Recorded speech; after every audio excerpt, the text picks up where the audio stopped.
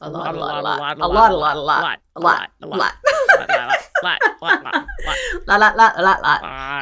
look at that tongue. It's Friday, can you tell? I've missed this show. I missed all of you. I'm glad you had fun without me, but I missed it. We'll have to like figure out like the three of us get together and paint session, because if you weren't here last week, Trevor was with me instead because Lauren, got to have some time off, which is always a good thing. Yay! But Lauren is back, hooray, which means we're going to be working on finishing up a face that only a mother could love, or maybe actually we all love, who knows?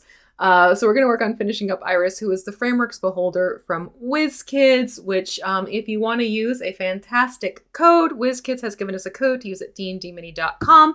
I believe this one for the month of October is Cover Your Ears, 10 off. But I will leave that to our lovely moderator, Jordan, to get us going with that command. Yes. But so we're going to be working on finishing this up. So we have Iris to finish up, as well as like Louis Little Gazer that comes in the kit too. But before we get into all of that, we do have some cool things happening related to the game. Right, Lauren? Oh, always. So always. You have a couple more days to get Egbert, who is the latest champion from Ox Ventures, to come out in the game. Yeah, I've been having lots of fun unlocking Egbert because, hey, more Dragonborn. More Dragonborn are always fun. Also, I'm trying to remember what order we were going to talk about things. Monday is the season finale of Familiar Quest. Yes. Look at all those. Yeah, so it's going to be the season finale, so you should definitely check out the show. Things are hysterical. It is amazing. Series 1 was amazing but dark. Series 2 is amazing but ridiculous. And also every once in a while just amazing with when Gabe summons a Belgara, it's just like, look, it's fun. So definitely check out that is on Monday at 5 p.m. Pacific on this channel right here. And we're showing off all of the adorable familiars that you can get in the game, and Latia, who you can also get not as a DM in the game, but you can get as Dahani, who is also unlockable this event. So you can get both Egbert and Dahani. Look, it's like we plan these things in advance. Okay, that's like a screenshot if there ever was one. I don't know if there's anything else we're supposed to I talk about think right that's it for now. now. Yeah, that's good for there now. might be more to talk about There in a little bit, but for now, perhaps we shall see. Yeah. But really, we need to focus on Iris, because I'm sorry, but as much fun She's as a this has lot. been, we're now on episode 5 or part 5 of this Beholder Mini. Again, because this is not a pre-assembled miniature. This is one you have to put together yourself as a sprue miniature. You also need to make sure you prime it and all of that goodness. So you've seen us go through the step-by-step process as I hit my camera. As we go through the step-by-step process of how to do minis basically from off the grid and onto the putting together and painting and painting and painting. So we're going to work on getting Iris finished today. Yay! And I cannot wait.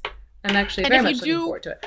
Yeah, I'm excited to get her done and assembled. And if you do have any questions about any of this painting process or any mini painting or Idle Champions, go ahead and put those in chat with question in big capital letters so our amazing moderator Jordan can grab those, because I have a little backstage document so that I don't miss questions while I am, focusing on eyes. On eye. So All the eyes. oh my gosh, so many eyes. So in case you haven't been here before for these previous episodes, I'm actually using the reference from our fantastic trailer that you can find on our YouTube channel of Iris, who is voiced by Hope Lavelle. So this is what I have been using as our go-to, which is why you'll see some of the features on this particular Beholder as opposed to just being like all red.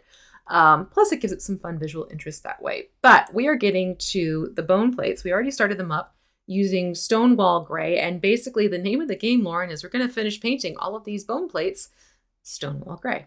Let's finish these bone plates. Yes. Let's keep going with that. I'd remember to give this a really good Yeah. shake, because It's been a couple for weeks me, for you. it's Yeah. been a little while. It's been a been while. a heartbeat. It's been a while. Yeah. Da-da-ba. Also, I have the window Ah, it's open, so stuck if in you my head. hear any loud noises outside, you don't. How prophetic. Just saying. I heard nothing. Darling. There's nothing to hear. I'm, Right, just I'm gonna keep actually myself gonna go muted in. until it's gone. Oh, it's still happening? Oh yeah, it's right there. See? It's right. Okay, now it's Oh. gone. Yeah, Now it's gone. No, I muted myself and I waited because I'm a Okay. professional. Professional streamer. I have a neighbor who also has a I call them coffee can mufflers on their car. Yeah. And oh boy, you know when they are coming and going from the neighborhood, and it's like it's tune outable. I guess that's a Mhm. word. I've just made that a word officially.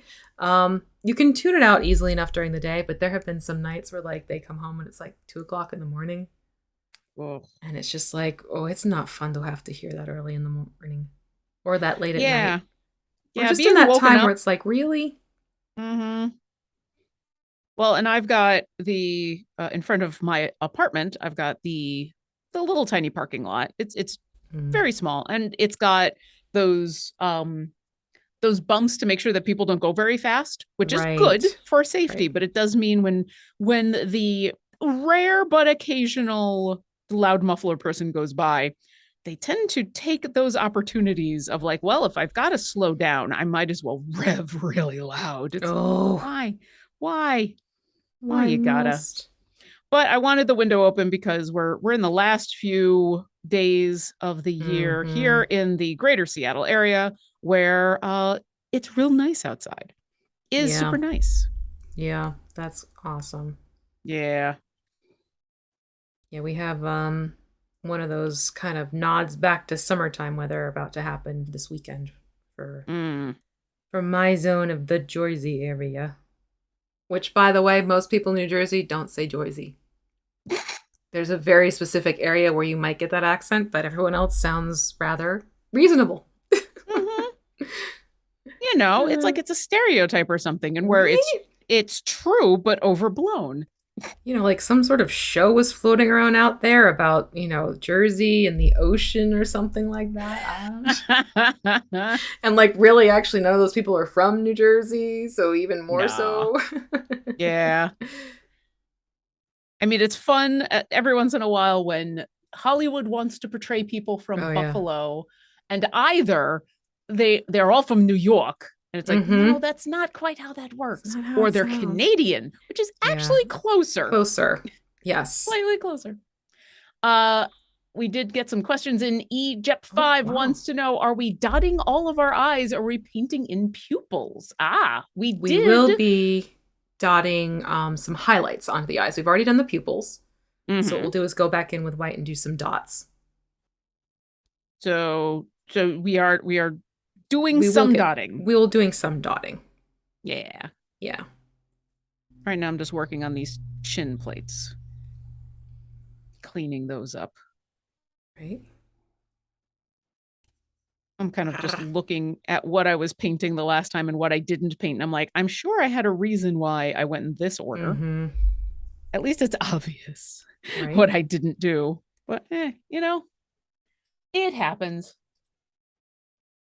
Yeah, Lesh68 says North Jersey sounds like New York. South Jersey just sounds normal. Well, normal to me is where I'm from. Yeah, I'm going to veto that one because I am in North Jersey, so. Oh. Yeah, it's actually northeastern New Jersey, especially towards the New York City area. Yes, that absolutely has, the tendency every so often you will hear the stereotypical New Jersey. Where I am in North Jersey is actually more of a blend of almost Midwest because we're so close to Pennsylvania and a lot of people from Pennsylvania shift back and forth between. That makes sense. Yeah. And then South Jersey, similar intonations, but you also tend to get sometimes, every so often, a little bit of the influence that comes in from the Mid-Atlantic zone. So like the soft Maryland accent that can creep up, or the Delaware as well. So yeah, honestly, that's the funny thing. New Jersey doesn't have a set accent because we're influenced by so many other states because they're all squished around us. And that's really not just New Jersey, but the greater New York area. There are those cliche accents, but they call that area a melting pot for a very good reason. Mm-hmm. And so it is very easy to suddenly get a completely different accent. I know we've talked about it on this show. It's been a while. But see, now I'm going to forget his name. The accent guy on YouTube who does the videos about I don't remember his name. About video, here are movie actors doing accents from different areas and what are the accurate accents, and he goes into all the details of stuff, and he critiques people, but he's also just funny. Someone in chat. Someone in chat is going to remember this guy. Yes. The last series of videos I saw him put out were literally a series that he worked with a whole bunch of people on, and where he went through the entire United States, region by region, area by area, of here's the classic accent that you hear, and why does it sound that way? And he brought on Native Americans who could talk about the specific accents that you'll get when they're speaking English, but it's near tribal lands. He had on people from the South who actually speak Creole and speak some of the languages that he's like, these are not my native languages. And I can be a researcher about this. I can tell you the details. But when it comes to something like this, you need to hear from, the people who are there. Right. And the language coach guy says Devil Crayon. Yes, I can't remember his name and I feel horrible. But that's okay because the internet will help. Exactly. Honestly, if you go look on YouTube, and I'm pretty sure if you just put, accents, he will come up. He did a whole series for Wired that are very, very popular. And I really liked his videos of, he makes fun of some of the bad accents that are out there in movies, but then he takes the time to educate the why, what is it exactly about this that we are hearing is wrong.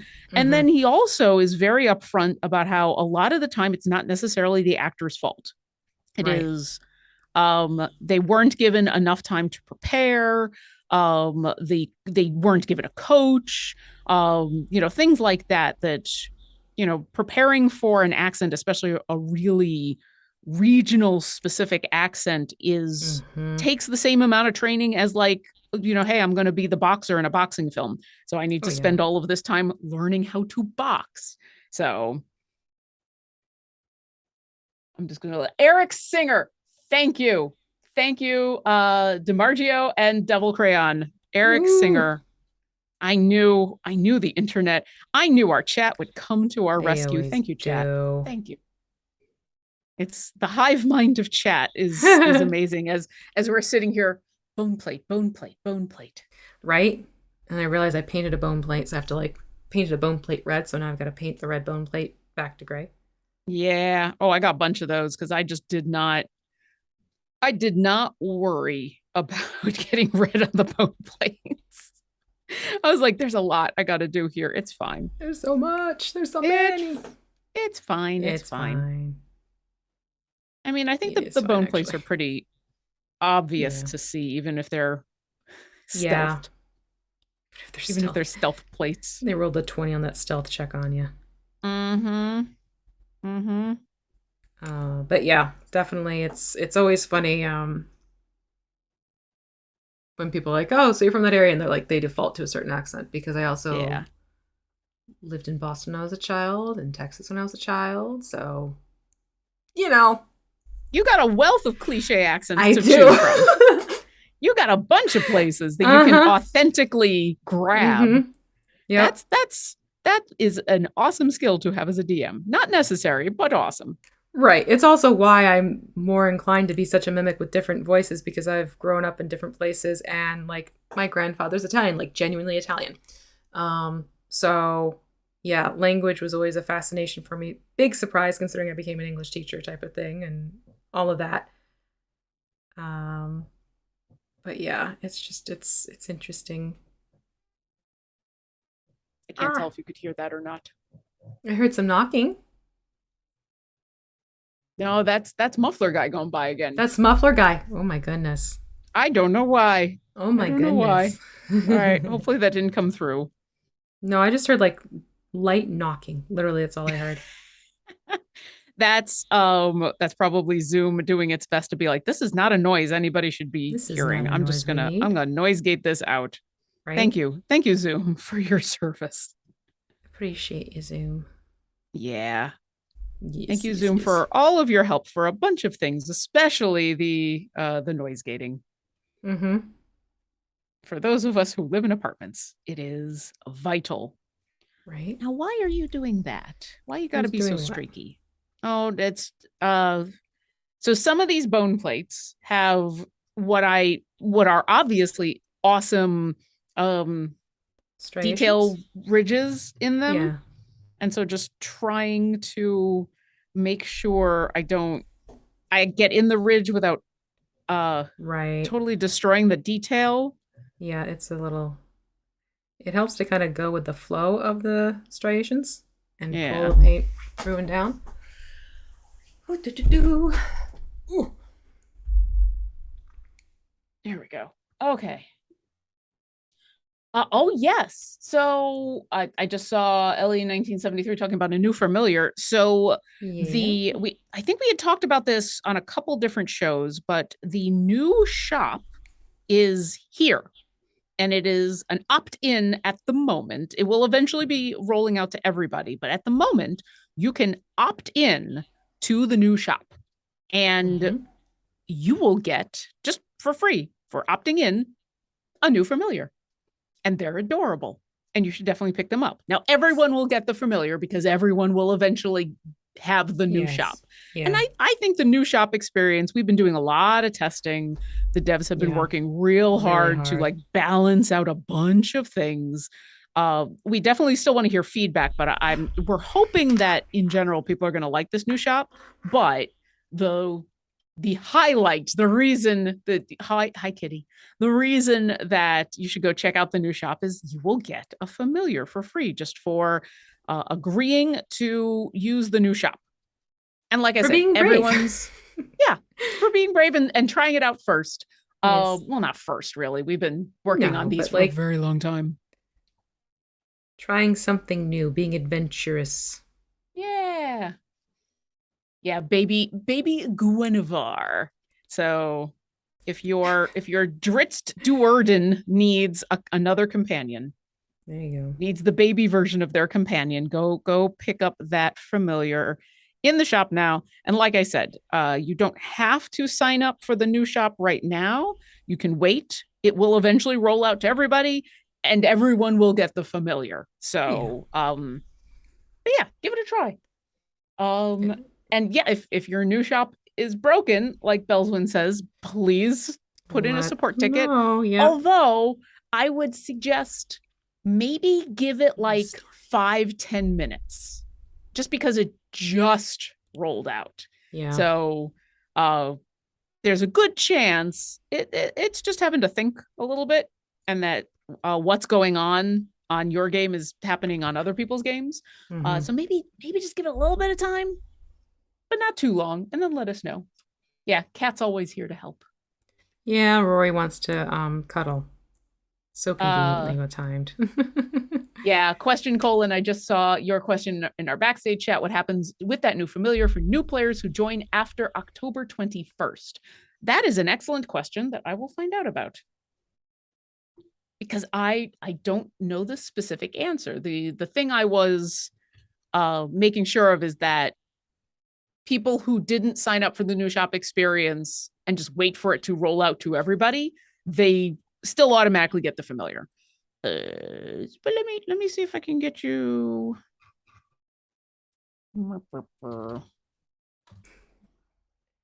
Sorry, now Technical you have to search deal sound. with me doing multiple things at once. Technical search sound. Burp, burp, burp. Burp, burp, burp. Oh, the Lech68 asks, if you already have the shop and already restarted, where do you find the familiar? I believe it is in the shop. I believe you go to the shop And it's living and in the it's shop. there. Yeah. Yeah, I think so. I think so. I'm forgetting which tab it's under, but it should be there. DeMargio wants to know, V, has your cat ever stepped in the paint? The particular cats that I have now, no. Have I had a cat who stepped in paint? Yes.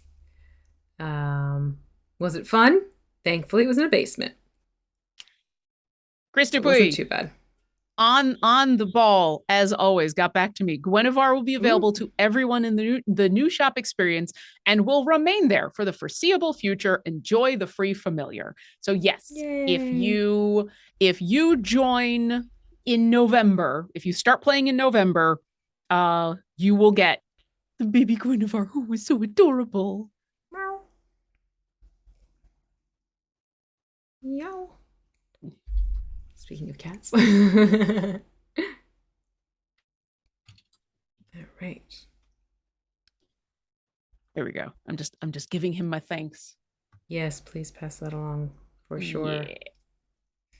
Yeah. Okay, back to.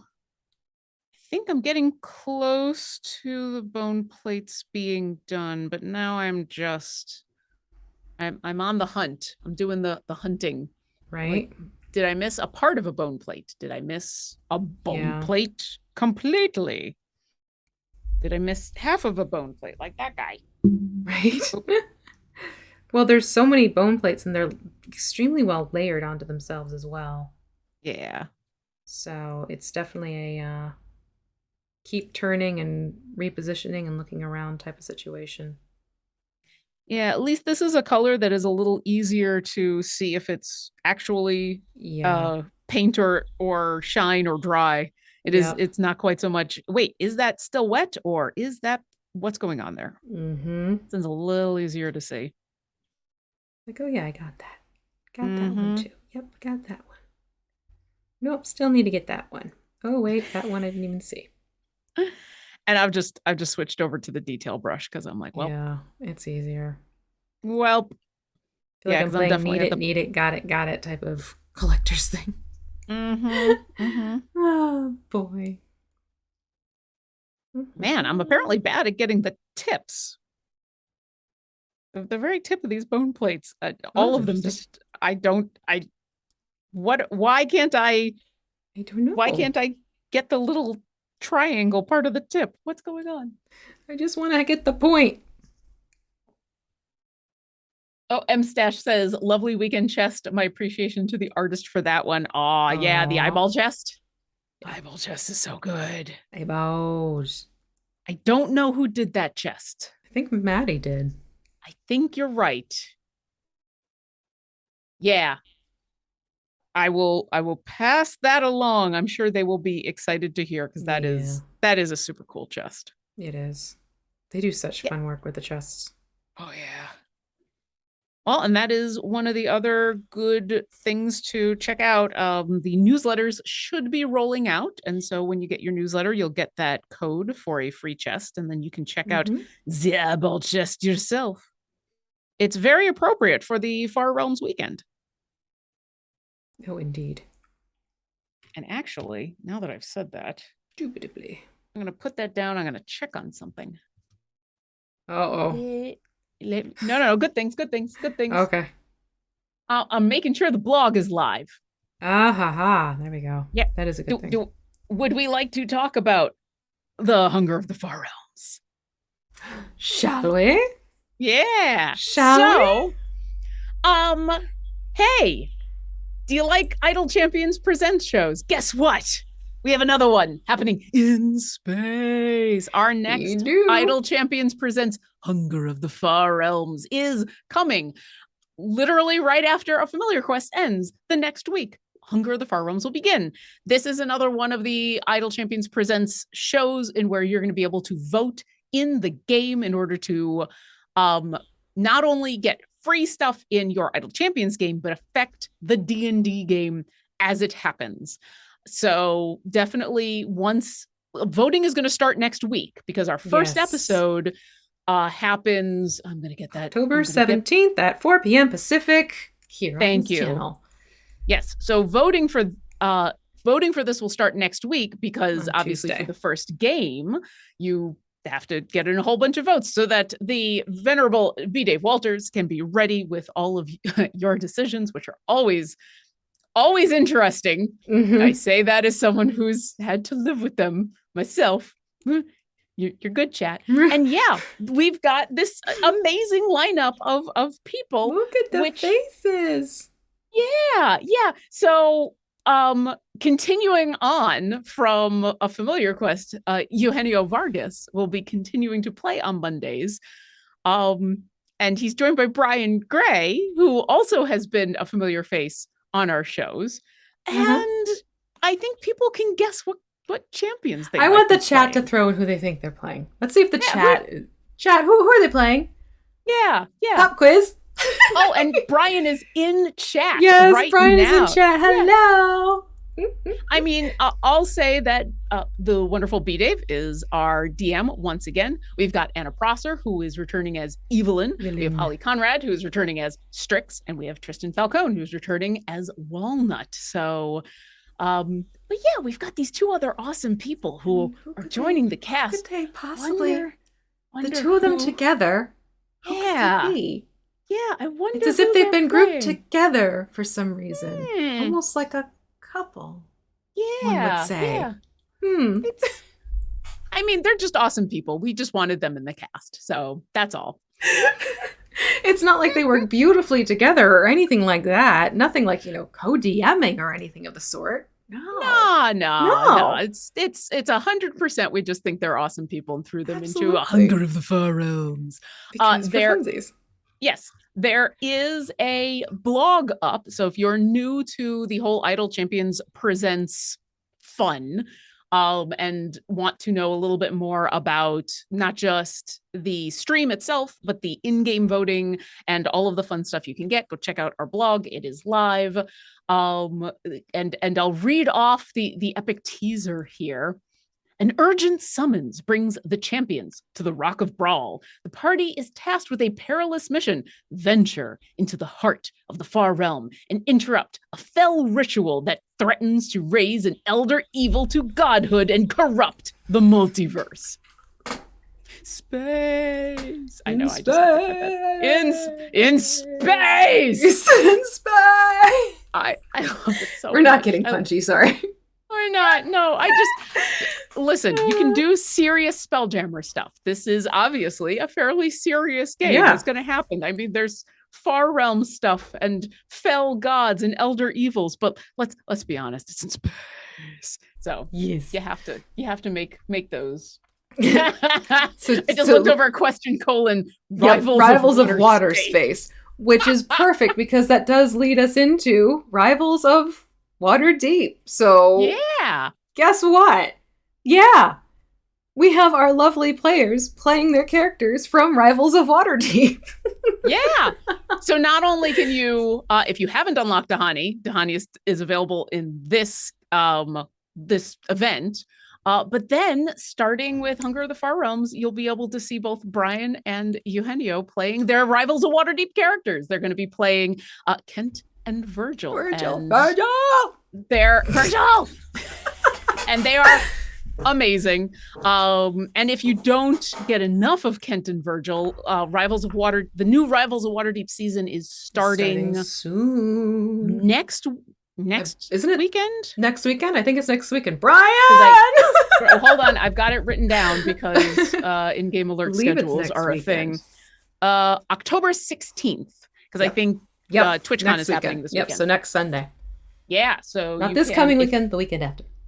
So if you are new to the whole Rivals of Waterdeep crew, you can watch, you can get an early look at Virgil and Kent in their season premiere on Sunday, or you could watch all the seasons that have happened because it's awesome. So the day before ICP, says Brian. Yep, you're gonna be having fun as Virgil 2 times a week for multiple weeks. And as someone who has done something similar for a while, I envy you. It's lots of fun. So that was super fun. Fantastically excited, much anticipated announcement for today. So make sure you tune in and all that goodness. And meanwhile, while you were chatting about that, I managed to get the bone plates done. Yay! And I think I am done as well. Sweet. Yeah. Nice. So while those dry, we're going to jump over to Dead White and we're going to dot some eyes. Ooh, I am actually, I'm starting to run out of Dead White enough that I've got some ASMR going on. Ooh. Oh, you do. When I shake the bottle. Shake, shake, shake, Sonora. There we go. We're dotting eyeballs. Eyeballs. I don't know why I'm saying it like that, but eyeballs. Eyeballs. Because we're just going space. And so, eyeballs. You know what? Let's just draw it out. And if you want to, instead of a detail brush, Lauren, you could use your favorite, the toothpick. You read my mind. Where's my toothpicks? Toothpick. I have a whole box of toothpicks. How many are in here? I have 250 toothpicks. That's plenty of toothpicks. So I'm gonna be dotting I's and crossing T's for a while. But yes, I've become a huge fan of the toothpick method of dotting eyeballs. It is, for me, very helpful. So much easier. Oh, so good. It's awesome. Especially for those who, it gives a little bit more control. Yep. I'm way less likely to instead of the dot that I want, get a streak, because you can only press so hard with a toothpick. It will stop you. Whereas a brush has a little more leeway in it. So, the brush does give you a lot more control. So it's kind of up to you what you want to do. But I like a good strong dot. Do. And then don't forget, if you have questions for us, it's questions in cap, colon, and then your question. That'll make it easier for Jordan, our fantastic mod, to pull those questions for us and feed them into our document so that Lauren can read the questions off and we can answer them for you. Yep. Because when I'm dotting eyeballs, I can't be looking at chat. Okay. 1, 2, 3, 4, 5, 6, 7, 8, 9, 10. Ha ha ha ha ha ha ha ha. And then I'm gonna have fun and you're not gonna see it real well on my camera, but they are dotted. I'm sorry, what are you having fun with? I dotted the pupil in there. Yep. Ooh, good idea. Ha. It gives it personality. Yeah. And then I might even actually do what I'm gonna do is an edge one, which is actually very easy. So I'm gonna take my paintbrush with just a little bit of not water, paint, load it onto the tip, and do an elongated curvature style but I'm using the edge of the iris and the pupil where they meet and just doing this really quick. And it creates a fun little eye highlight. Ooh. Yep. I will grab my brush for that one. Fix away before I spill them all over. Fix away. Let's see. How many episodes will there be of Hunger of the Far Realms? There are 6. There are 6. So it's going to start October 17th and run through November 21st. And all of them start at 4 p.m. Pacific here on this channel. And they will be running until about 7 p.m. Pacific. So they're 3 hours. We will have a nice little break in the center. So yeah, join us. We have some fun things happening. And again, voting starts up on Tuesday, October 11th. Get those votes started and going. Yeah. All that good stuff.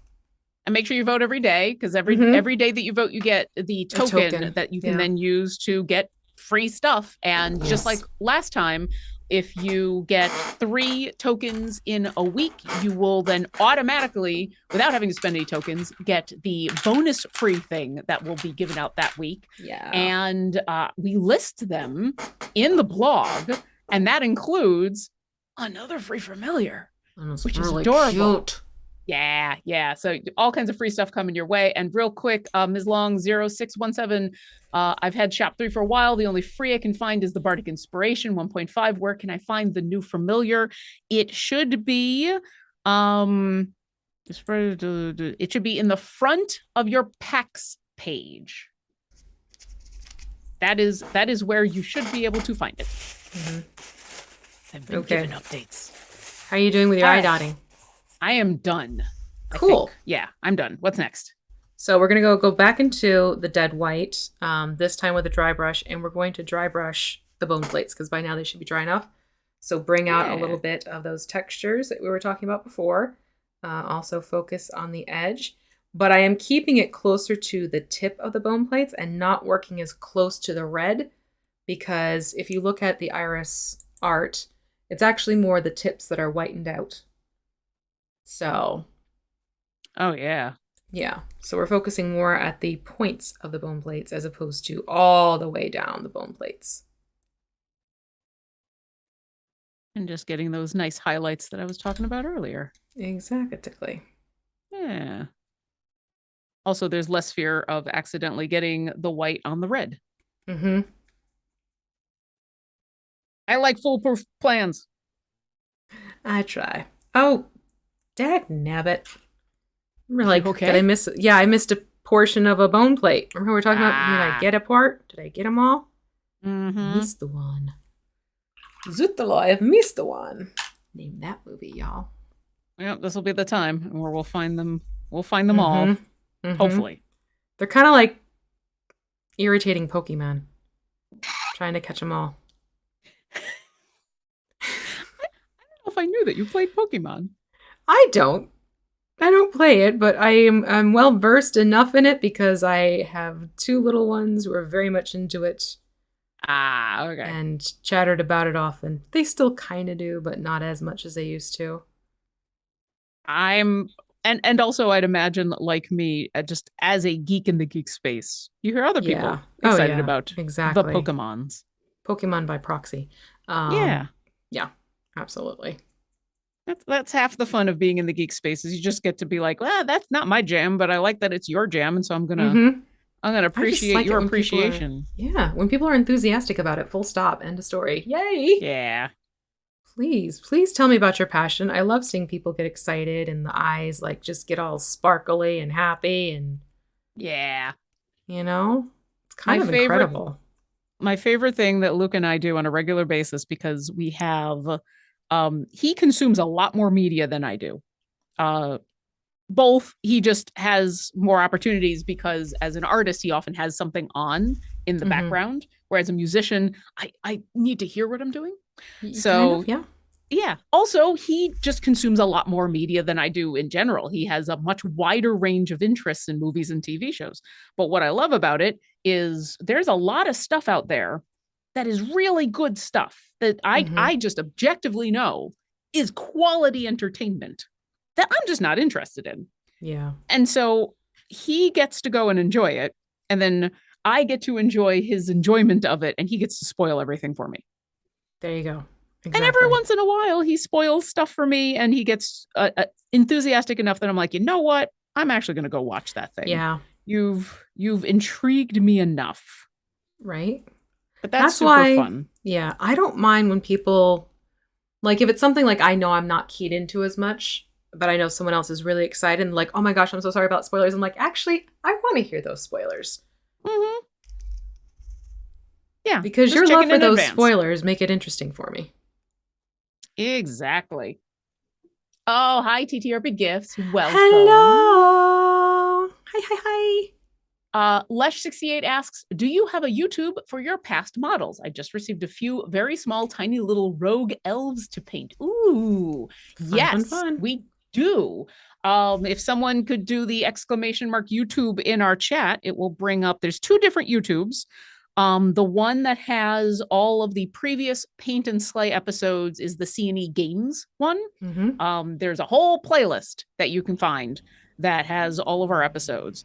And then the other one, which is the Idle Champions of the Forgotten Realms YouTube, that's where you'll find like the Hunger of the Far Realms. When Yeah. those episodes are after they've been on Twitch, they'll go up on that channel. We kind of split everything up into two channels because hey, we put out a lot of content. We really do. We put out a lot of content. So There's yes, a lot happening. go check out. There's a whole playlist for you to enjoy of all of our previous episodes. We haven't done any elves because we've been sticking with monsters, Monsters, yeah. but these instructions have been excellent and are good for any, any of Yeah. the minis that you're going to paint. Learning about how to dry brush and learning about mixing paints and Mm-hmm. all sorts of stuff. So Yeah. please enjoy. And then V also herself has a whole YouTube channel full of all sorts of amazing instructional Yes. videos. Thank you. It's a video library. I don't create tutorials any longer, but there's also, I think it's like, if not 200, like one video away from there being 200 videos. So there's plenty. There's plenty to go through and watch. Yeah. Do you ever have the urge to make one more video to make it 200, or do you like the fact that it's I mean, I 199? could easily make it 100 by just unprivating one of my other videos, because there are some videos I've just put to rest because I'm like, oops, as I hit my camera. I've just kind of put them behind the scenes because it's sort of like, well, there was another video I felt the technique was better explored and the build wasn't quite what I had wanted anyways, or it was something like a live stream that, for one reason or another, I'm like, this doesn't need to be out there anymore. Yeah. Oftentimes because it's like there was a live stream where we basically got together and we talked about, it was sort of like a memorial live stream, and it got to the point like, you know what, let's just out of respect just put that one into the unlisted so people who were part of that live stream could still access it, but it didn't need to be public anymore. That makes sense. Yeah, so it's like it's videos like that have kind of gone into hiding, or like when I was doing giveaways or stuff like that. So I could just make it a nice even 200 if I wanted to. I could honestly do another live stream on my channel. It's just, what is time? Time and energy. Yeah. Often that is the hard thing, is time versus the time. Bookish Oddish says, just got the new shop. Congratulations. Would you recommend getting nerds now, or keep saving for other things like Pixie riding a corgi or the strong core? Ooh. I would recommend getting nerds eventually because they're super fun and it's just fun to have that champion, those champions.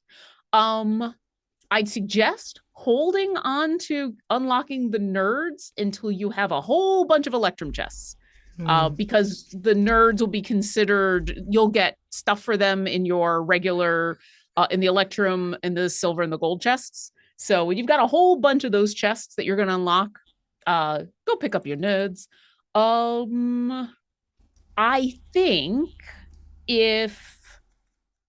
think you're probably gonna get the most use out of the familiar, the pixie. Also, Pixie riding a corgi is just adorable. It's just but too darn stinking cute. I think you're going to get much more use out of the familiar right away. So I'd probably suggest saving for the familiar. Mm-hmm. But you know what? If you're looking at those nerds and you're like, but I want nerds, Mm-hmm. go for it. Yeah. Yeah, absolutely. They're fun. They are fun. All right. Okay. So remember how I said I was debating a step if I wanted to do it or not? Yeah. I want to do it. Let's do it then. Okay. So you're gonna want to grab basic skin tone. That's one of the paints that we had from our Chimera paint night, is the thing. Ah, yes. The unfortunately named one. Yes. Basic. Yeah. So what we're gonna do is a very, very light-handed dry brush on the edges of Iris's scales and eye stalks, just to kind of really further bring out those details. Because what's going to happen is when we go and put the Agrex Earth Wash on top of it, it'll mute down a little bit and we won't lose the fun highlighting of all of those lovely textured scales. So I am really pulling a good amount of the paint off my brush. Mm. And I'm going to make a very conscious effort to pull against the grain of the scales here so that I am just hitting those edges. And you said so the scales and the eye stalks, but not the mouth, not anywhere else. No, basically. not the mouth. Just basically where there's red, just doing a very light run. Yeah. Yeah, basically just highlighting the edges of those scales. Mm-hmm. Yeah, Yep. I like this. Yeah. And I was debating because I'm like, well, I need to see what happens to the bone plates because I knew the bone plates are getting the dead white. That would be a color. The dead white. The dread white. Mm. And when that started highlighting the bone plates more, I needed to bring up the tone in the red. Yeah. Because we are also going to be doing a wash after this. So Yeah, it was brings one of it all those back like down a little bit. Yeah. Mm. I can definitely see what you say about keeping this super light though. This shows up. It's nice, but it does show up fast. Very easily. Yeah.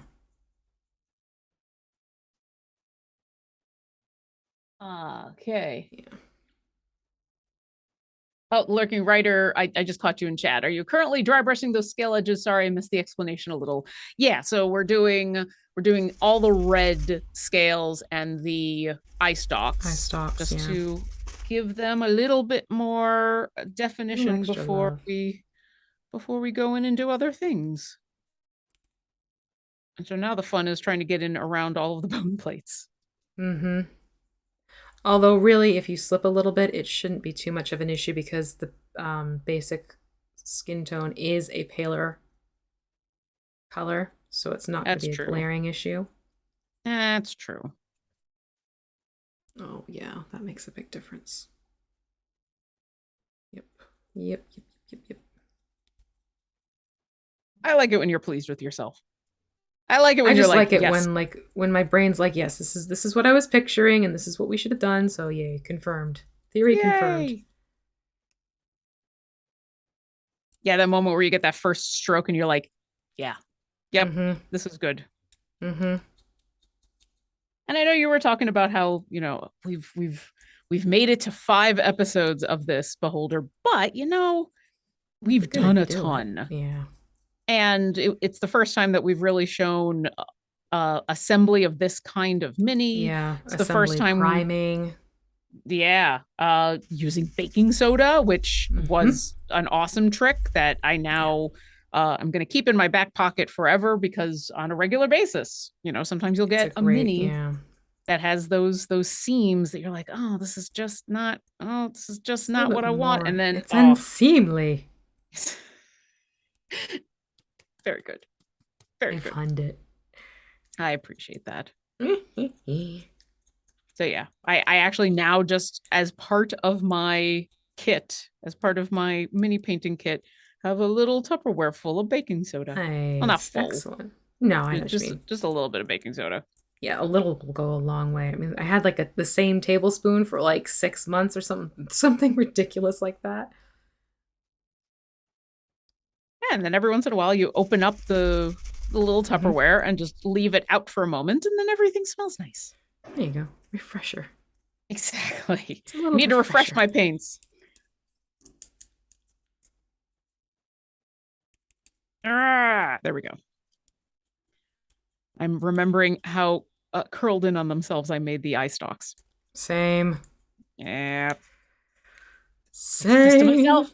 I did this to myself. But it's such a great look.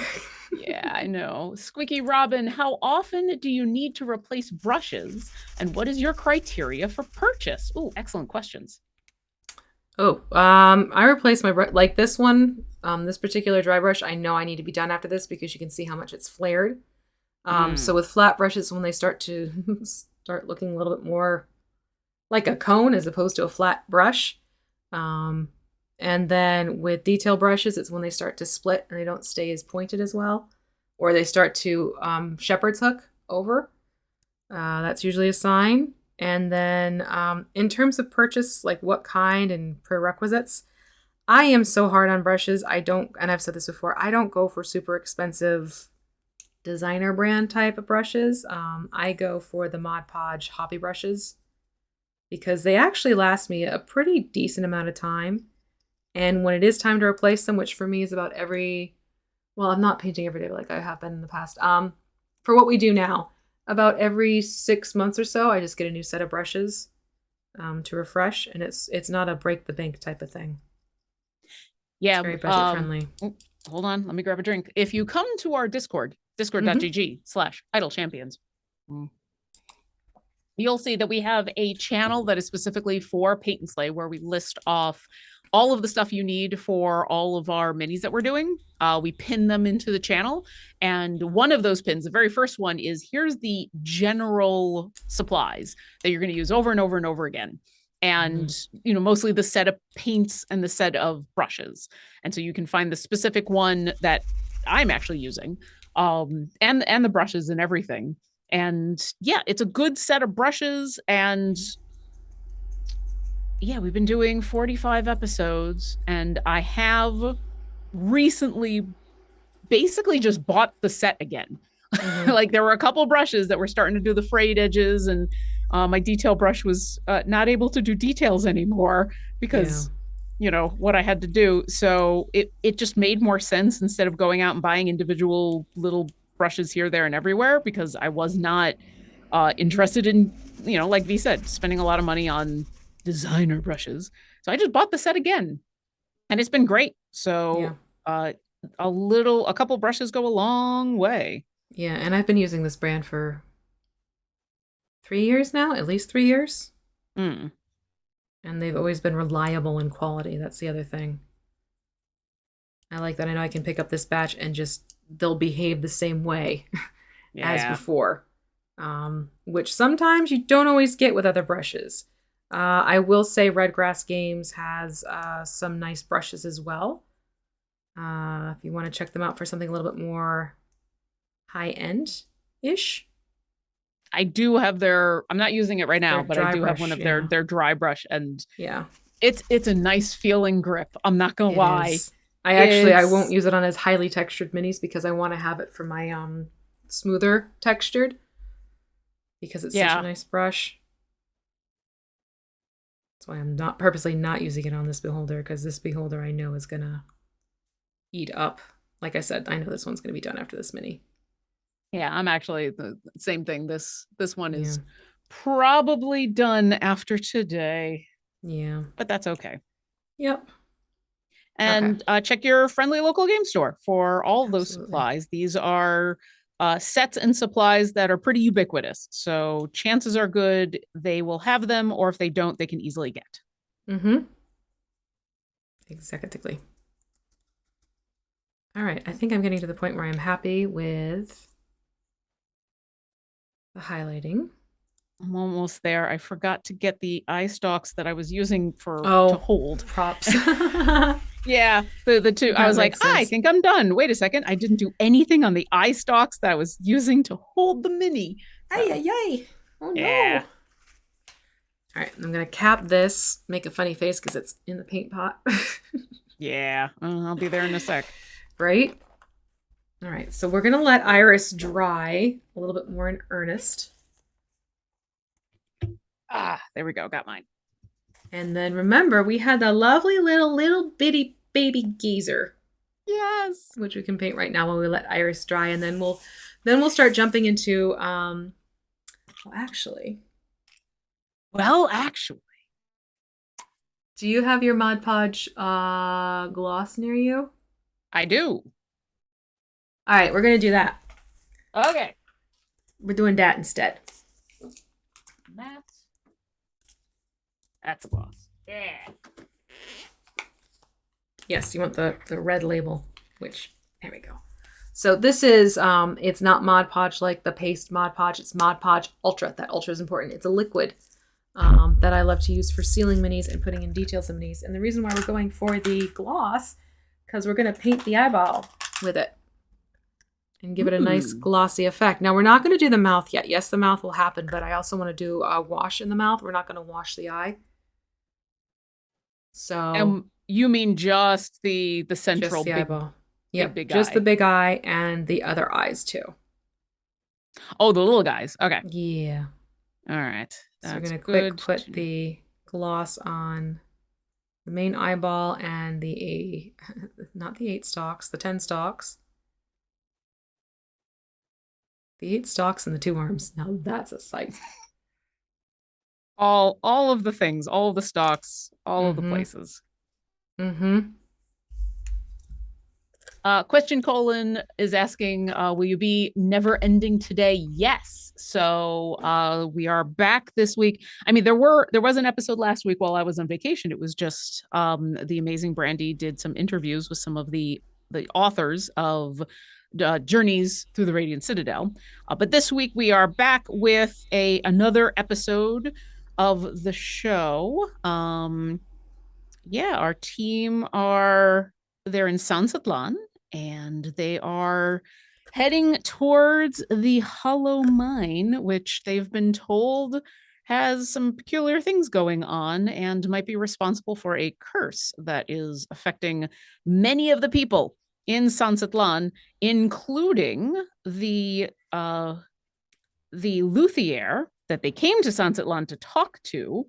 And get some information about an issue that's happening on the Radiant Citadel itself. So they're trying to help save not just this one person that they know that they need help from, but also lots and lots of people in San Satlan. That starts at 4 p.m. Pacific on twitch.tv/BeNeverEnding. If you happen to be playing Idle Champions, you'll see a little alert for it and come on by. I've been having fun, but I'm also the DM, so I might be biased. I have fun, and then afterwards I spend a good 4 or 5 hours going, did everybody else have fun? I don't know if everybody else had fun. But yes, and we have an amazing cast, and we're getting towards the end, and I'm getting nervous and excited. Yeah, but that's a good feeling when it's like the mix of the two. I'll let a tiny little thing slip because it's not really a spoiler, but so the team has been doing an investigation of something that happened on the Radiant Citadel. That's been the overarching thing of the show, and then we've been also tying those into a couple of the adventures from Journeys Through the Radiant Citadel, which have been awesome. The last game that we played, one of the players basically said exactly what might be going on in a way. Like, they put together a whole bunch of the clues that they had and said something that I had to keep my face straight and be like, oh no. No, good thing. Oh, good, like, good. Okay. I love it when players when players start to put stuff like that together, because first off, that's awesome. They're having fun. Yeah. And second off, I've done my job and they're getting the clues. So if you want to catch up, I'll leave that as vague as possible. But yeah, they're on the run. I'm so excited. Okay. So now we have this cute little geyser. Not a geyser, a gazer. Jeez. This is so small. This is tiny. This is bitty. All right, so I think the chat and you and I decided that we're going to be doing an orange gazer. Yes. So we're going to want to mix. It's the season. Yeah, tis the season. Kind of a fall look.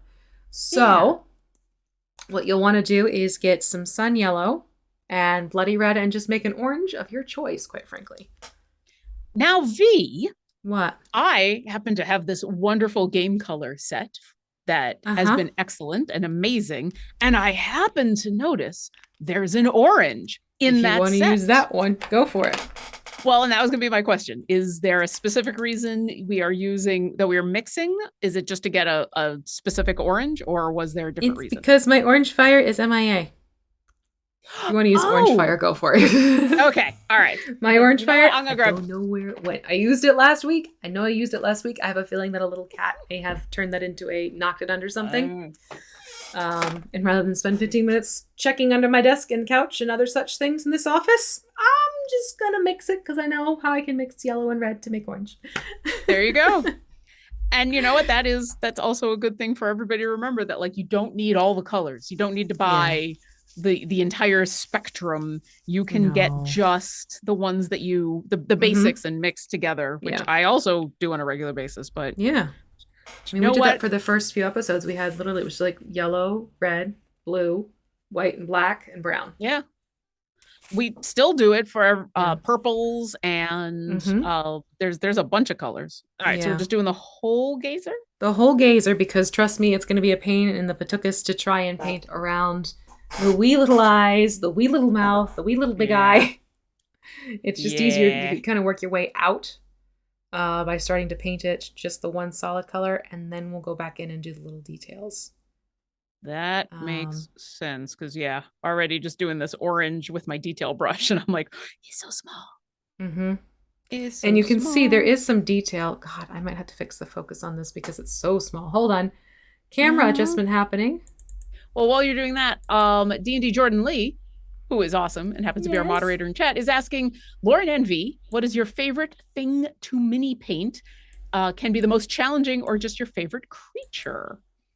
So I'll answer that once we have the focus on your gazer done. Focus is done.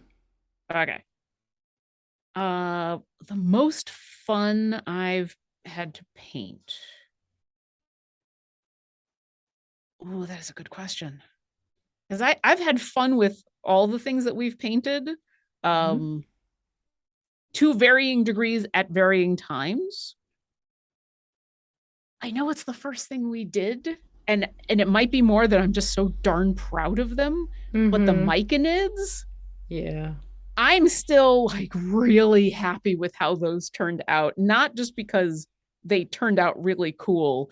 The one specifically that has the rainbowish cap, like I love how that looks. And I remember when we were painting that, and especially with me being very, very, very new to mini painting, like how amazed I was that came out as good as it did. And so it is still one of my favorites, even though it is literally the first one we painted. There's nothing wrong with that, though. I mean, you enjoyed it. That's fantastic. Yeah. Now, V, you have done a lot more mini painting than I have. Oh boy, yeah. So you have a much wider choice. It's less particular minis. It's more aspects to minis that I enjoy a lot. I love it when they have lots of feathers going on. I love doing feather detail work. I also like it when it has things like scale work. Scales are a lot of fun to bring out, especially when it's like on dragons or, the more reptilian type of miniatures. I have a set of Yuan-ti that I just adore. They're right over there. And they're so cool looking. And I really liked painting them because of all the details going on with the scales. And I love it when things have a lot of fabric folds on it. Ooh, yeah. And that's where I enjoy doing things like that. Bringing out those details. So I guess for me, it's textures. Textures in a mini make me excited and happy. Yeah.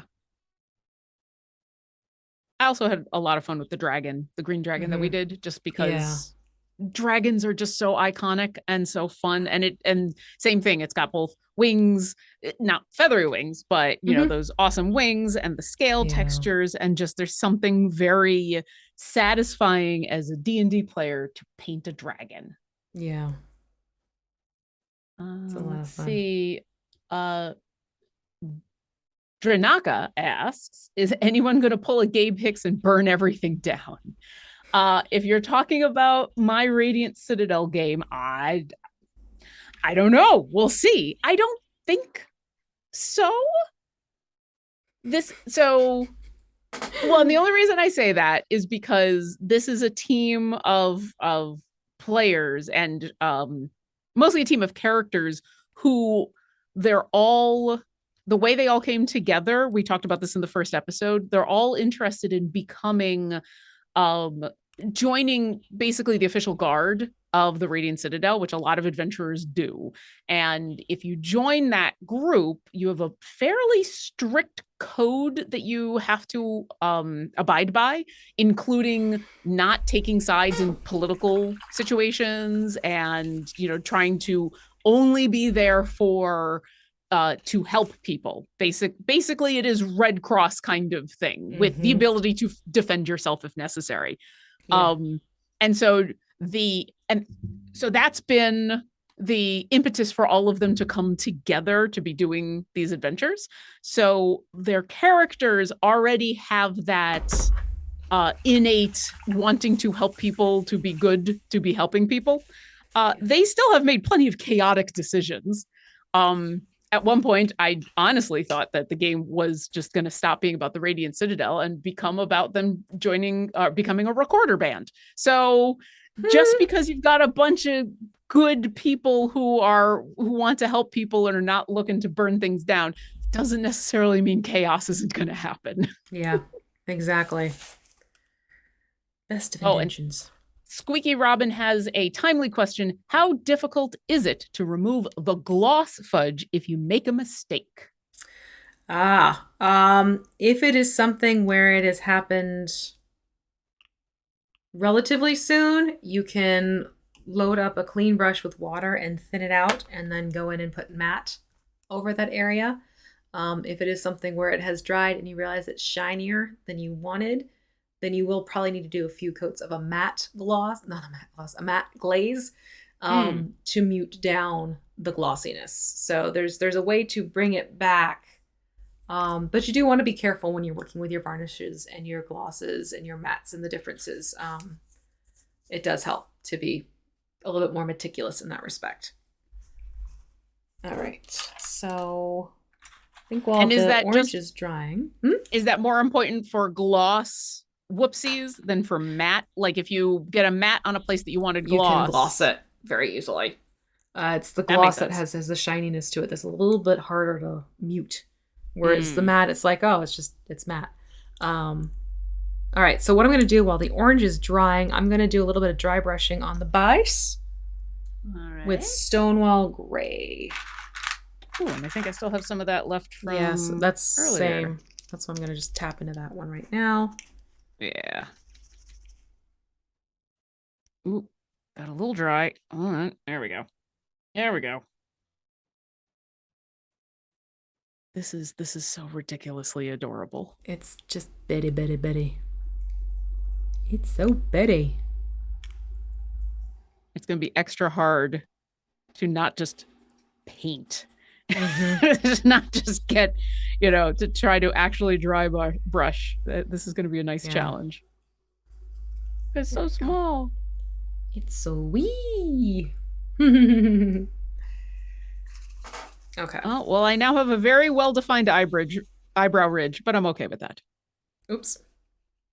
A little bit more than I probably should, but wait, are you dry brushing the gazer or the base? The gazer.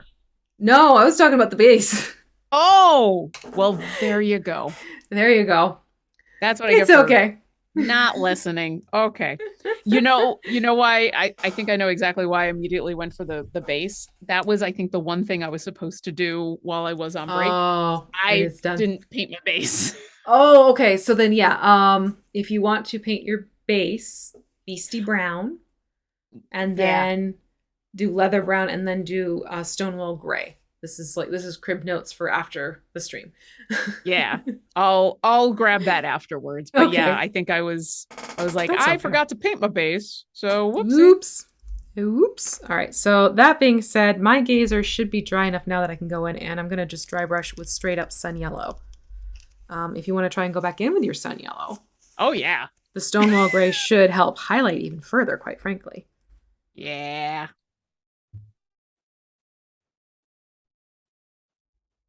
We're kind of pulling from the bottom up the top approach. Oh, that makes sense. Yeah.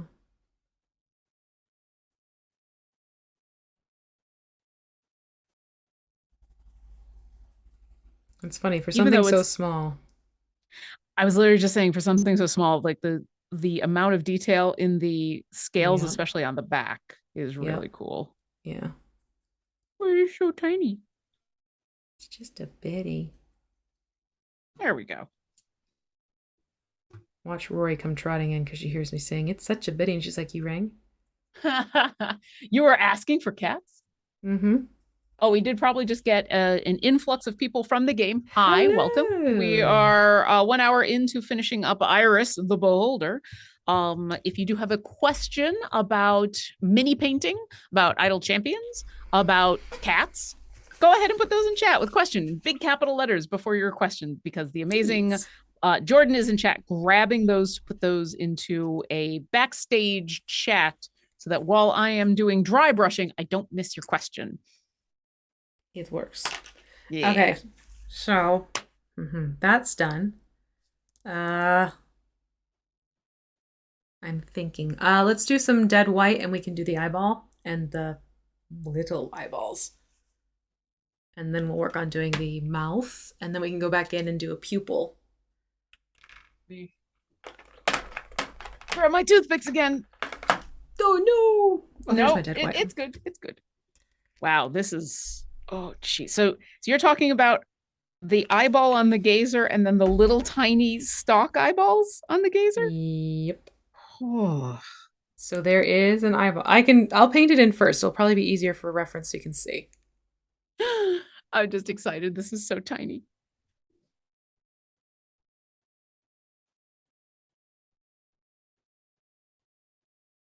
And I am going to get quiet because I need to focus, so. I mean, it's so tiny.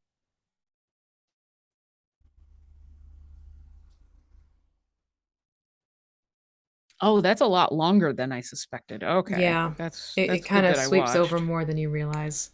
Okay. Then I will actually grab a brush for that. Yeah. And then we'll go back a little later. Okay.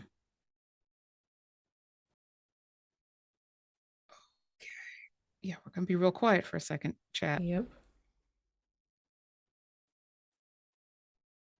There we go. So that takes care of the eyeball itself.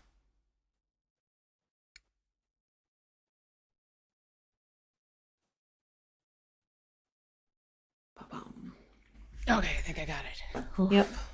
I'm going to do a fresh rinse on my brush because I want to do 4 little point tipped eye stalks, which I'm going to go in and use the paint more as a dot at the end of my brush to assist me so I can use that to create little dots on the stalks. Oh, this is going to be the tiniest eyeballs I've ever done. Here we go.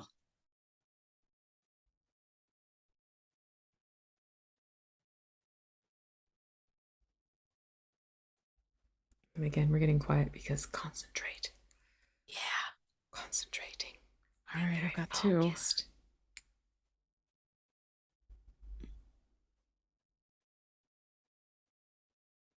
2. All right. Okay. All right.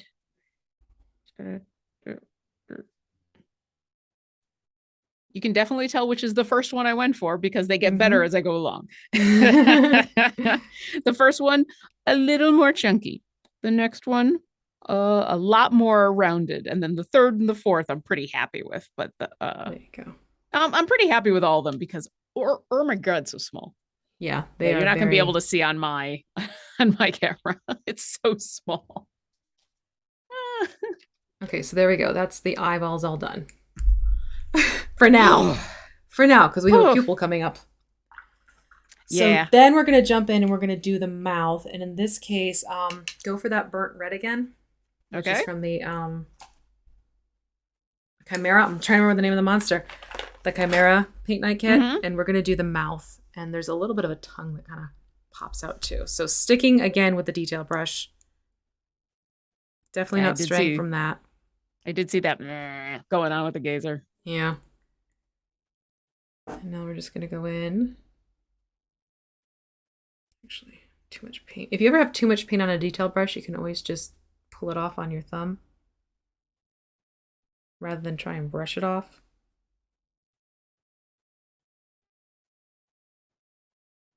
I do find that's one of the nice things about having the paper plates as my palette, because just something about it makes it very easy for me to just, nope, that's too much. That's too much, especially for both dry brushing and stuff like this, and where tiny, tiny, tiny. I just want a little bit off. Yeah. Hmm.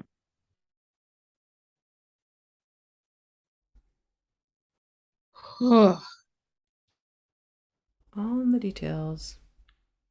Sorry, folks. Once again, getting quiet, but I should check. If we had Devil in the any. details. Yeah, we're at that point with the tiny, tiny, tinies. Yeah, if you are having problems with your game, with probably just with the shop, definitely give it a turn it off and turn it back on again. That often fixes a lot of the stuff that's going on, especially when a rollout like this has just happened. But if that doesn't work and you're still having issues, go ahead and put in a support ticket, because it might be that this is something that we need to fix. Yep. Okay. Tiny, tiny, tiny. Now, our eyeball should have had a chance to dry a little bit more, so I'm going to go in with black and do a pupil. Okay. On the big eye. Do I want to braid the little ones? I don't know. Oh, jeez. You mean that's expert mode right there. I don't know if I could. I don't even know. I might be stubborn enough to try it. Oops. I don't even know. That is. Elbow my brushes. Is this one of those where you just get a hair? No. Like the hair off of one brush. All right. Okay. That's pretty good. Okay. Okay. So there's a pupil. A little bigger than I wanted, but it's not outside of the bounds of the eye, so I'm happy.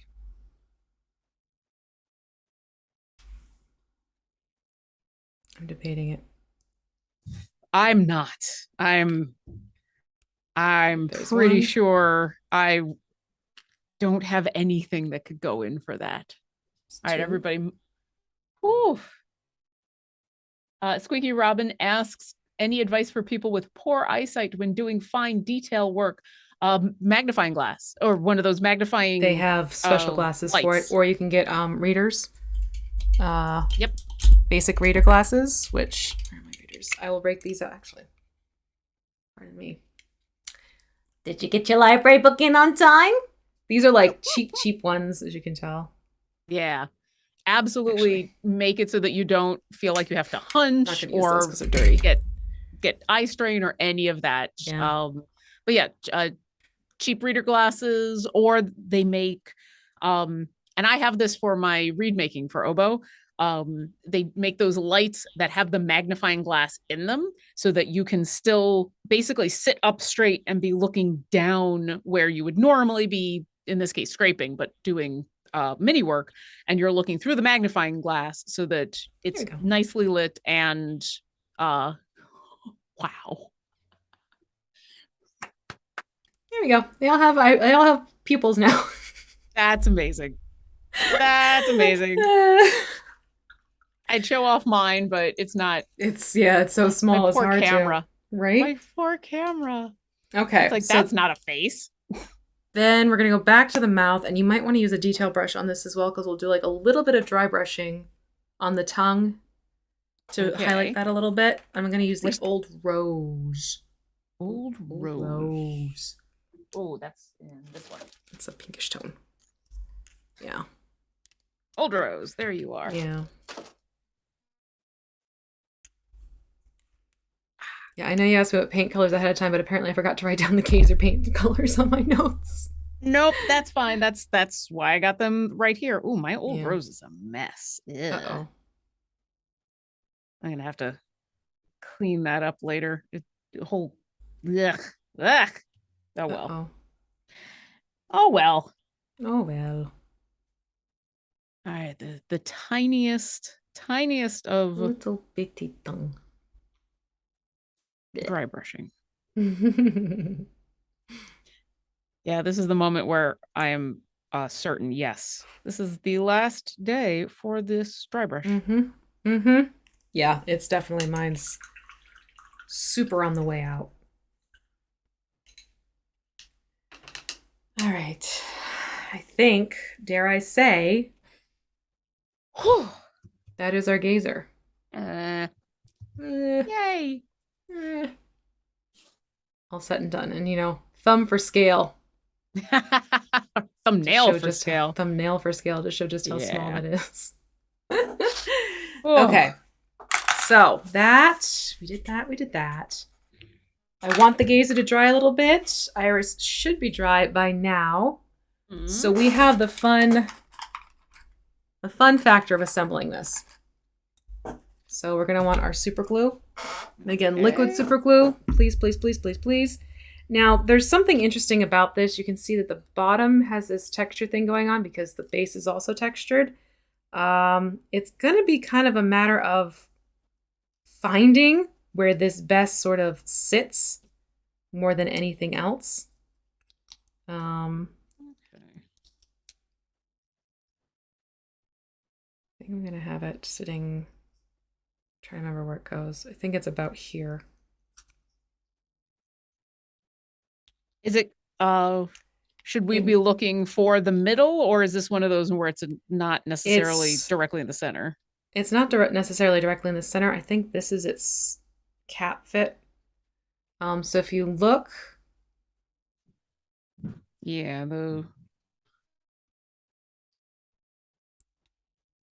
it's very tricky. This is one I'm going to warn you when you go to put this together. Take your time with it and find your best fit because there's not a perfect. Because I played with this with my other one for an hour at least. Yeah. And it's kind of just a matter of finding where it kind of connects the most. There is at least at the what I'm calling the top and the bottom a detail on the ground that you can use as reference. So there's at least that. Yeah, I do need to kind of take an emery board. I haven't found little stray pieces. It's tricky, and I have not been able to find like the perfect bond. So you have to find where it's kind of going to just sit as close as possible. Yeah. Hindsight, I would have liked this to have been flat and have like kind of a key lock approach. I will say that. I think it's going to be there. It's not perfect, but it has a feel of like it doesn't slot in, but it almost has that feel of like this is a spot. It's a spot, exactly. Okay. Super glue time. Yep, and you definitely want to make sure that you get some super glue on the clear part of the base and let it sit for a little bit. Remember I talk about giving it some air time? Definitely let that super glue activate a little bit before you go and you put this onto the base because you want that bond to happen relatively quickly because you have paint on there. I grabbed the super glue that I haven't opened yet. I got to grab the other one. That's okay. Not a big deal. I just don't feel like opening up a second super glue. I don't blame you. The first one is 1, 2, 3, a 4, a 5, a 6, a 7, 8, 9, and a 10. There we go. There's our other.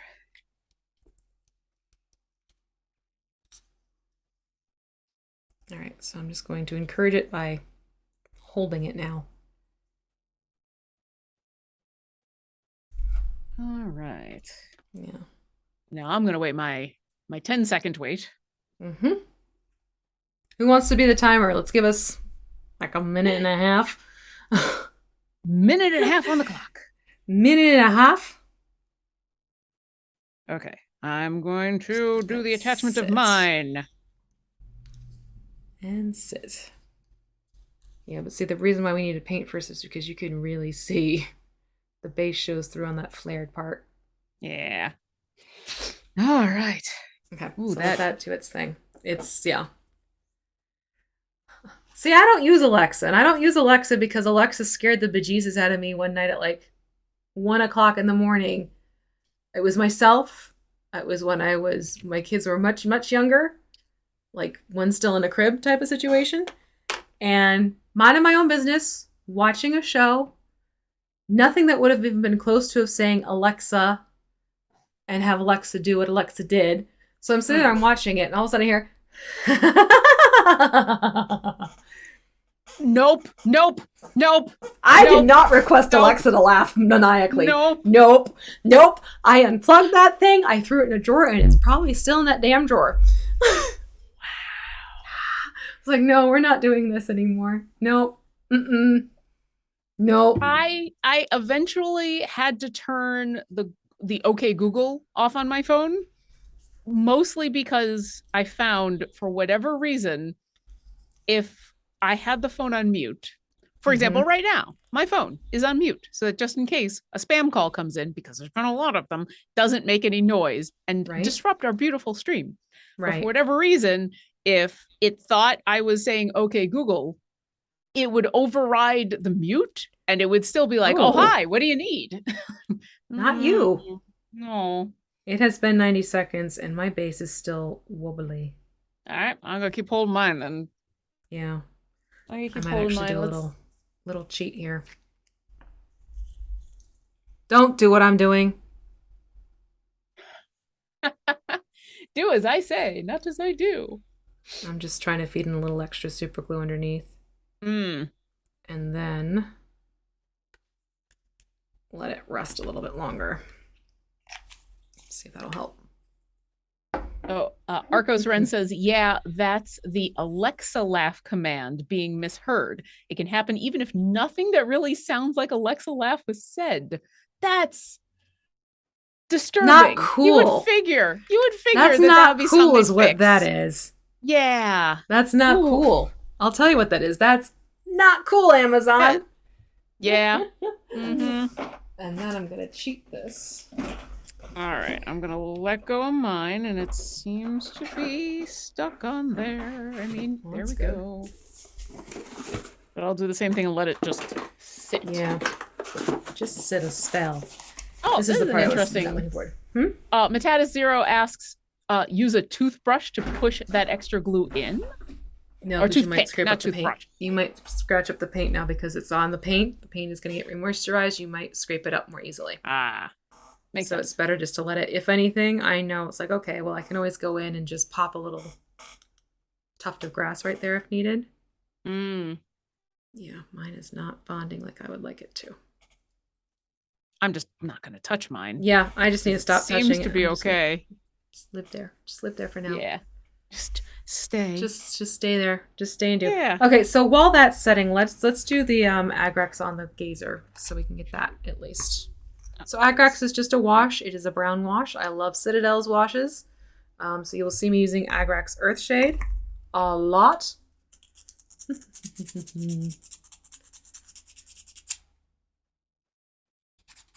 And you said on the Gazer. On the Gazer. On the wee little Gazer. I went for the brush that I was grabbing to do washes thinking about the Beholder. And the brush that I initially grabbed is the size of the Gazer. Oopsie. So I've had to grab a smaller brush, but that's okay. It is okay. So we're just going to do a little bit of the Agrax on the Gazer itself and then on the Gazer's base. And I will do the Gazer's base at another time. There you go. I've remembered to paint the base. But this does bring out the details even more so. Oh yeah, especially on the back. Yeah. Look at all that fun texture that's in there. Yeah. Yes, Twinkerdum, those are helpful things, but because the base is clear, I don't want to do that because it's going to fog the base up and the attachment. Just FYI, that's why I'm not doing it. Okay.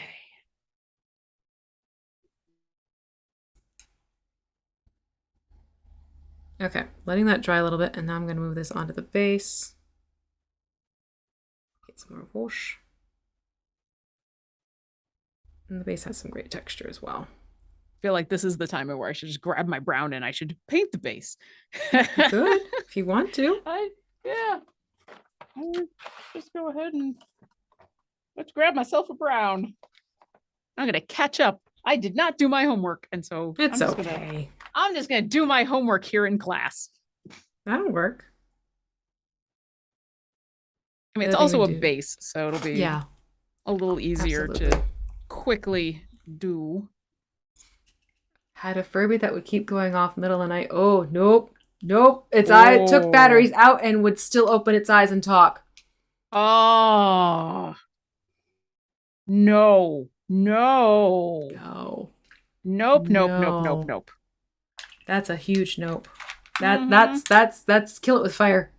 That's a kill it with fire. Blah.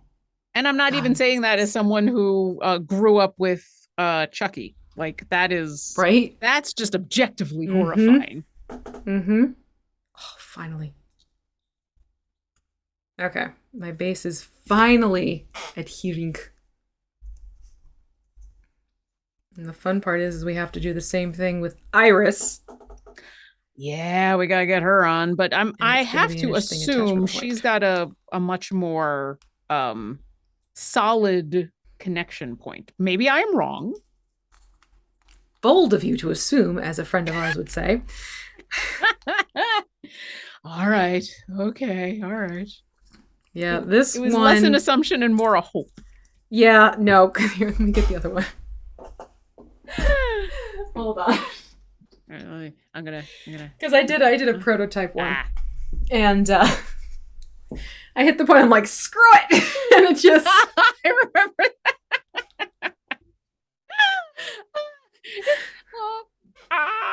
I'm like, you know what? It's staying on this angle. Fine.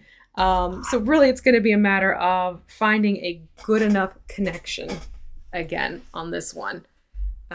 Because even though it is textured and theoretically it should connect at some point, with the way these scales are set up, it's kind of tricky to find that exact point.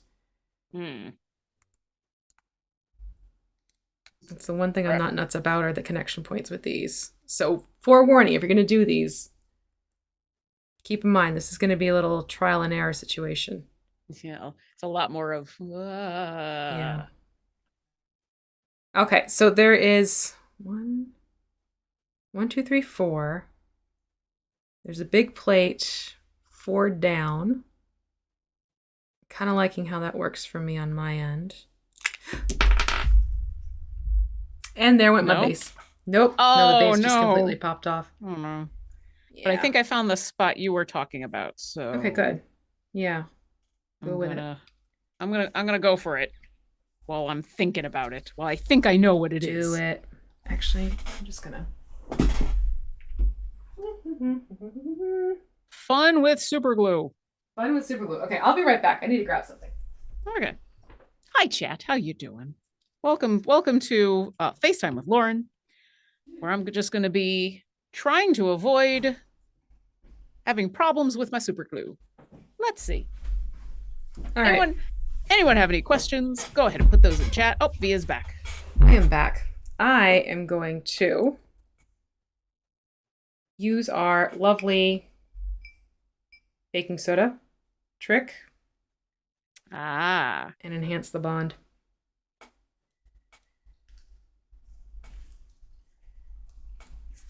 Okay. So I'm gonna make a mess. I'm going to That's a given. I'm gonna do the holding. Holding. If I can have 90 seconds in chat, please.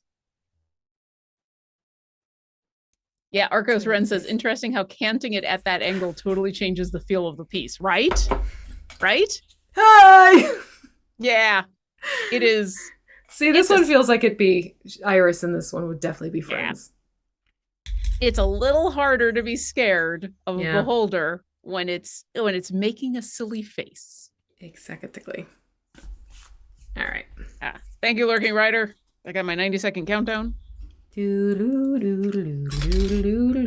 I'm also trying to remember that I don't necessarily have to press incredibly hard. Mm-hmm. I love how your super glue bottle is apparently disappearing on camera. Mine? Yeah.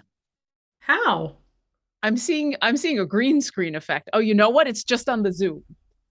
Okay. It's just on the Zoom. Never mind. I forgot to turn off my green screen on Zoom. Yeah. But that's kind of that would be funny for the chat to see. I wish I could. It is this. very funny. I could I'm show seeing this. a little bit. Yeah. Hold on. I didn't even notice it until just now. So I'm gonna try pinning. Let's see if this works because I'm waiting for the glue to. Yep. There you go. I was playing Veronica not too long ago. Can you tell? Yes. It's like, what do you mean it's disappearing? And I didn't even realize. Like, I was looking at it going, what is going on with because there's nothing else on there that on that mat anyway. And it's getting a tiny little bit of your chair, but for obvious reasons, I'm focusing on the mini. Right. Oh, Lurking Rider says it's now been 90 seconds. Here we go. I feel like I'm doing a magic trick. Right? Okay. Next step. Did it stay? It stayed. It's still there. That's good. I've put it down. Okay. I'm hoping this stays. And it is fairly straight, which is what I was aiming for, even though Iris is a much more friendly neighborhood beholder. Yeah. Yes. Okay, you just stay there. Stay there. Don't come loose. Won't you stay? I am legitimately sweating. Between these eyeballs and getting this on. Jordan, remember how you asked me what I'm what was the hardest and what I'm the most proud of? This moment right here, like the last 10 minutes. Tiny little eyeballs and then incredibly hard super gluing. Totally worth it. Don't get me wrong. Also fun. Totally worth it, but I'm probably a little more nervous than I need to be with the super glue, mostly because I have a history of accidentally super gluing myself to the things I'm trying to super glue. Yeah. Yeah, that can definitely happen.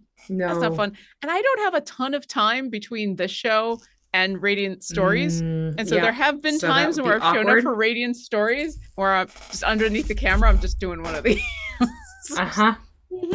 Hi. How? I'm totally a professional DM who doesn't have super glue all over my hands right now. Absolutely. Okay, let me adjust the focus on the camera again. Because we don't need to look at the itty bitty baby beholder gazer Meduder again. Whew. Right? Sharky151 says gotta do the puff the magic dragon thing and I mean, I do end up just out of habit blowing on the super glue joints. I don't know if it once you have it attached, I don't think it actually helps. This one might just because there's a little bit of gapping that does happen, but yeah. Like I said, this is my one bugaboo about this model is I'm not nuts about the flight stand setup. There she is. Ta-da. See, I did have mine with a slight tilt to it, like. Yeah, but that's a good tilt. That's It's not a. That could go either way. Yeah. What you doing? And so, now that we have that assembled, God help me, I'm gonna put the now I'm gonna do the Agrax on there. All right. And this is going all over the beholder body? On everything. Yep, except for the eyeballs.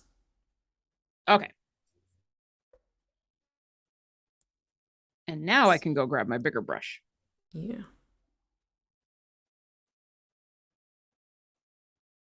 And we only got about 15 minutes left before Perfect. after us, we have a wonderful Garwar's Guide to Everything. So if you are looking for some more help in your Idle Champions game, stick around. I mean, you can ask your questions here, but you know what? Yeah. Garwar, who's got Has a a guide guide for for everything, is gonna be coming up and can definitely help.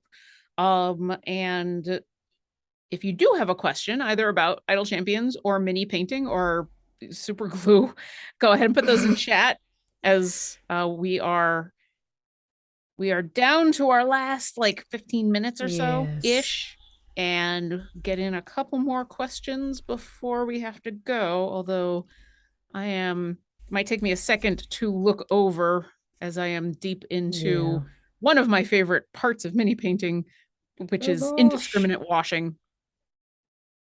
Specifically indiscriminate washing, just like, hey, this is a big enough area that I don't have to worry. Yeah. It's fun. And I'm liking a lot more how the bone plates are looking with this wash. Mm-hmm. This is brings the detail tempered them down just enough. That's just it. Oftentimes, like, things look bright, but I know when a wash is going on them that the wash is going to mute things down. So I actually mentally compensate for that ahead of time as we're doing the painting techniques. So that way you don't go to wash it and suddenly it's very muddy and murky and muted. And dark, yeah. Yeah. And you said not the eyeballs, but we are doing the eye stalks. We are doing the eye stalks, but not the eyeballs of the eye stalks. Okay. So paint around those. And that is where my indiscriminate washing will end. Mm-hmm. But that's okay. That's half the fun. Yeah. I'm going to try to do the whole body first, though, just so that I'm not accidentally missing something. That's fair. Lurking Writer wants to know how Helen is doing this week. Helen is fine. Helen, I'm afraid, is falling to the wayside. I'll have her pop out and say hello afterwards because this beholder, yo. Yeah. Well, you know what? It's been a fun, but it's been a lot. Yeah. But you know what? That's half. This is because we've done so much customization on this beholder, not just with the painting, but the actual assembly and everything. Mm-hmm. So it's super cool. Squeaky Robin wants to know, do you ever use pins to enhance a connection? Yes. Ooh. Yep. It's called pinning. And the issues I have found with this clear plastic, when you try and do pins in it, it cracks ridiculously easy. It's a little bit more brittle. Oh. So I'm hesitant because if I crack that base, then I am out of any type of attachment. I'm gonna have to rig my own attachment point. With super glue, I have a couple of tricks where I can get it to attach if I need it to attach. Mm-hmm. But yeah, you can go in and you can sort of like, you drill these tiny holes with a special hand drill and basically stick a pin in it, and you have another drill hole on the other side of the miniature to act as a connection point, and you stick that pin into that hole and glue it, and it just acts as a strengthener of that connection. So yeah, I have done pinning in the past. Ironically enough, that is the exact same technique used on oboes when you need to repair cracks on oboes. It is called pinning, and it is an incredibly time-consuming and delicate process because if it's done wrong, the oboe is unplayable. If it's not done, the oboe is unplayable. It's a big deal. And all oboes crack. Pretty much all oboes have a crack. Ah, shoot. What happened? Oh, shoot. Came off the base. All right. So then, did the stand stay on the beholder at least? No, the stand stayed on the base. Stayed on the base. Okay. So I think I'm going to have to wait for the beholder to dry before I try again. Yep, definitely. Drat. Oh, well. See, 1 out of 2 ain't bad. This is the one thing I'm not nuts about with this model is its connection points on these. Not too happy camper with those. That is okay. That is something it'll dry and you'll be able to attach it later. Exactly. Yeah. But she's looking fearsome. And also Squeaky Robin wants to know, how do you protect minis from cat attacks? Yes, my cat loves to play with mine. Put foil in front of where you're storing your minis for a little while. They do not like the Ooh. sound and the feel of foil on their feet. So if you can make it so it's an unimpeding area to jump up, it'll become a deterrent for them, and because the negative association, if I jump up here, there's that weird texture metal stuff. And tinfoil is one of those things that a lot of people don't like Yeah. the sound of. So Yeah. I could totally understand why cats would be like, nope. Mm-hmm. That is That, or you could interesting. also like put pennies in a soda can, and every single time the cat jumps up near the minis, you shake the soda can. It's a startling noise. But that But requires you to be that requires you to be there. present. Exactly. Yeah. That's Present the at the thing. time of issue. Yeah. But you gotta be there for that part. So close. I know. I'm so Eh, it's okay. Like I said, it will dry. I gotta finish up the base on the gazer anyway. So this Mm-hmm. will just be my post this will be my post Radiant Stories cool off project. There you go. Because I don't know about you, but after I DM, Oh, you have to I wind am down. both exhausted Yeah. and a Yep. Amped little, up. yeah, It's an yeah, and interesting hungry. combination. Yep. Yeah. Oh God, the DM munchies. It's a real Mhm. thing. And I know a couple times today I've now brought this back to Obo, but Mm-hmm. literally one of the I basically feel the same way after any performance, whether it's on stream or as an oboist at a concert. So I've Mm-hmm. felt very lucky in my TTRPG performance career that I'm very well aware of what my body likes to do before and after a show. Yeah. And yeah, after DMing a game, especially on stream, I have the same physical reaction that I do after performing on stage. Mm-hmm. And beforehand, my stress has the same thing happens with my stress. So Yeah. yeah, hungry, tired, excited all at the same time. All right. So we have Iris. She is washed and starting to Yay. dry now. You can see here's our Iris based off of that Frameworks Beholder from WizKids. So again, there is some assembly required. You will need to play around a little bit when it comes time to attach on the beholder, at least the flight stand between the head and the base. I can honestly say I'm glad I defaulted to just breaking out the baking soda, because that's definitely helped the base a little bit more. Yeah, it's just a little bit of a frustration. That's my one little not so nuts about thing with this model. But honestly, that'll happen with a lot of sprue work. You kind of have to fill in the blanks with literally. You can do baking soda and super glue, or you can do green stuff or milliput and green stuff mixed together, etc., etc. There are special bottles that you can use that go in and you can drop and fill things in. But you know, I'm pretty happy with how our iris has come out, because here we have Oh yeah. our painted iris.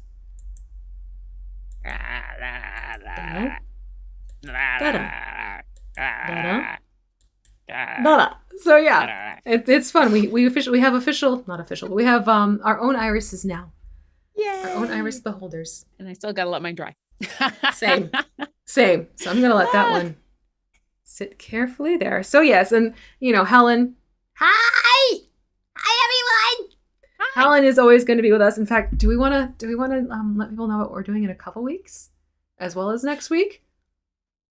Yes. Yes, let's do that, because we still have some time left.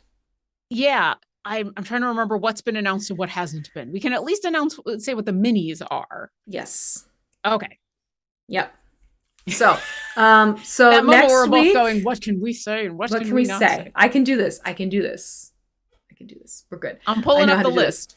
So we're gonna do the Jabberwock as our next mini. It's gonna be kind of like how we did with the Beholder. It's gonna have a couple of weeks where we paint it and then take a break, and then we'll come back to the Jabberwock and get it finished up, because as of the 21st, we're gonna have a very special project, very much inspired by you, chat. We're gonna be taking 100%. Iris. Hi! And create a couple of friends for Iris, except because we're getting into the Halloween season, and because Lauren and I are both candy corn fiends, We're going to be painting Iris to look like, or sorry, Helen. Thank you. I'm saying Iris. We're going to be painting Helen to look like a candy corn with red licorice tentacles and some cotton candy base going on and some rock candy accents. I am so excited. Yes. So that's going to happen towards the end of October. And there is one other special thing that we'll get to announce about that shortly. Shortly. There is, let's put it this way. There's a reason beyond the fact that all of you have been excited about us doing a Roper for a while. Yeah. There's a specific reason why we're taking a break from the Jabberwock to do that at that time, which you will find out soon. But then, yes, after that, we will be going back to the Jabberwock. Make sure that if you are not part of the Discord, discord.gg/idlechampions, make sure you join, because we'll be posting shortly all of the information that you need in order to join us on the Jabberwock adventure. Because, you know, if you're going to be in the Feywild, there's a good chance you're going to run across a Jabberwock. Yeah. And in terms of when we post links to buy, it's not that we post links to buy. I'm going to encourage you to, first of all, if you have a local game store near you, go to your local game store. Oh, one of my kids just got home. I'm like, someone's entering the abode and I don't know who. Did you just see my panic face? That was what it looked like when Alexa started laughing. Yeah, no, I got slightly nervous, but glad it's just child. Okay. Yes. So if you want to get these minis, these are all from the D&D Nolzur's Marvelous Miniatures line from WizKids, which means you go to your local game store. Hey, I want to get the Jabberwock from the D&D Nolzur's Marvelous Miniatures, and they'll be able to help you out. If it's a matter of you don't have a local game store near you, that is something that does happen. You go to dndmini.com, type in Jabberwock, because it is exclusively their D&D miniatures there. Jabberwock unpainted, if you want your keywords, and that should pull it up. Same thing if you're looking for a Roper. It's the D&D Nolzur's Marvelous Miniatures Roper. In fact, the Roper, I can give you the SKU if you want that. If you want the SKU, you go in and you give them this number, 985. And that's how you can find the Roper. You know what we didn't... Jabberwock. That's okay. You know, we didn't talk about the discount code that we have for dndmini.com. So WizKids has been nice enough, if you do go ahead and order on it is dndmini.com, right? Yes, dndmini.com. And you use the code Cover Your Ears 10 off, and 10 is the number 10. Everything's in capitals. You will get 10% off of your order. So if you want to go ahead and order, yay! If you want to go ahead and order, I almost said Helen in the Jabberwock, but yeah, I mean, it's Helen in the Jabberwock, let's be honest. Helen in the Jabberwock. Helen in the Jabberwock. Helen in her Halloween costume. Halloween Helen. Yes, you can go ahead and thanks to WizKids, you can go ahead and get a little discount to help you out. It'll be lots of fun. I think that's everything.